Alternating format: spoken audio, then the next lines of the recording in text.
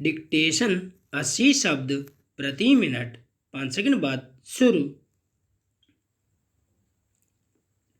शुरू। अक्सर प्राथमिक कक्षाओं में पूरा जोर पढ़ना लिखना सिखाने पर ही रहता है। यह परंपरा दशकों से चली आ रही है, लेकिन इस बीच हमें कुछ शिक्षक ऐसे भी दिख जाते हैं जिनका यह प्रयास रहता है कि स्कूलों में किताब को एक विषय की तरह न पढ़ाकर उसको भाषा की तरह पढ़ाया जाए। जब इस विश्वास के साथ कोई शिक्षक कक्षा में बच्चों को पढ़ाता है तो उनके प्रयास परंपरागत तरीकों से भिन्न होते हैं। भोपाल के एक सरकारी स्कूल में कुछ इसी तरह के दृश्य में देखने का मौका मिला, जिसमें एक शिक्षिका ने अपने स्तर पर एक बिल्कुल ही नया प्रयोग किया और उसके हासिल भी सकारात्मक रहे। स्कूल के आसपास खेती और मजदूरी करके गुजारा करने वाले लोग रहते हैं। जब मैं पहुंची तो एक कक्षा में करीब 50 बच्चे थे और एक शिक्षिका मौजूद थी। बच्चे मस्ती के भाव में कुछ पढ़ने लिखने में लगे थे। कुछ बच्चे शिक्षिका को घेर कर अपनी कॉपी जांच करवा रहे थे। किसी भी स्कूल में ये सामान्य दृश्य हैं। पाठ्यक्रम पूरा कराने, परीक्षा लेने और बच्चों के आगे का सफर।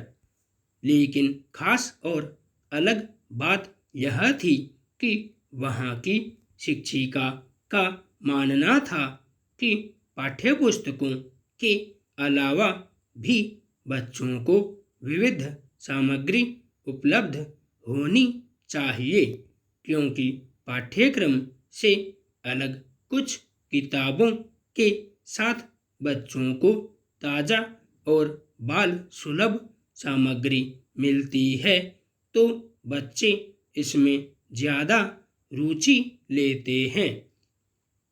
यह रुचि आगे चल कर उन्हें एक कुशल और प्रवीण पाठक बनाने में मदद करती है।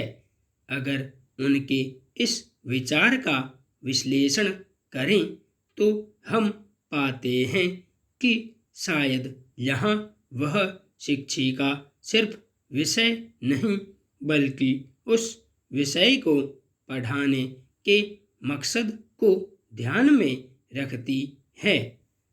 साथ ही वे भाषा की त्वरित अपेक्षाओं को पूरा करने के साथ भाषा पढ़ाने के दूरगामी कौशल के बारे में भी सोच पा रही है। बच्चे जब पाठ्यक्रम से अलग कोई किताब पढ़ लेते हैं तो उन्हें यह बताने का पूरा मौका मिलता है कि किताब कैसी लगी, क्यों अच्छी लगी। इसके साथ साथ बच्चे उसके पात्रों पर चर्चा भी करते हैं, जिससे उनके भीतर भाषा और अभिव्यक्ति के कौशल का विकास होता है। यही नहीं, कविता के आधार पर कहानी लिखने, पत्र विधा और संवाद विधा के रूप में परिवर्तित करने के कौशल पर बच्चे अपनी शिक्षिका के साथ शामिल होते हैं। बच्चे पोस्टरों पर कुछ लिखते हैं। शिक्षिका उन्हें दीवार पर टांगती हैं। एक अहम बात शिक्षिका ने यह बताई कि कक्षा में बच्चों की लिखी रचनाओं को दीवार पर टांगने से उन्हें अच्छा लगता है और खुशी मिलती है। यानी यह किसी बच्चे के भीतर आत्मविश्वास और भरोसे को बढ़ाने का एक कारगर जरिया है। अपने भीतर को खोजने और उसे अभिव्यक्त करने का मौका बच्चों के भीतर उस झिझक को दूर करने में मददगार साबित होती है, जो उनकी कमजोर और गरीब सामाजिक पृष्ठभूमि से आई होती है। सबसे खास पहलू यह था कि इस प्रक्रिया में बच्चों के भीतर आत्मविश्वास जिस तरह बढ़ा, वह शिक्षा के मूल उद्देश्य को पूरा करता है।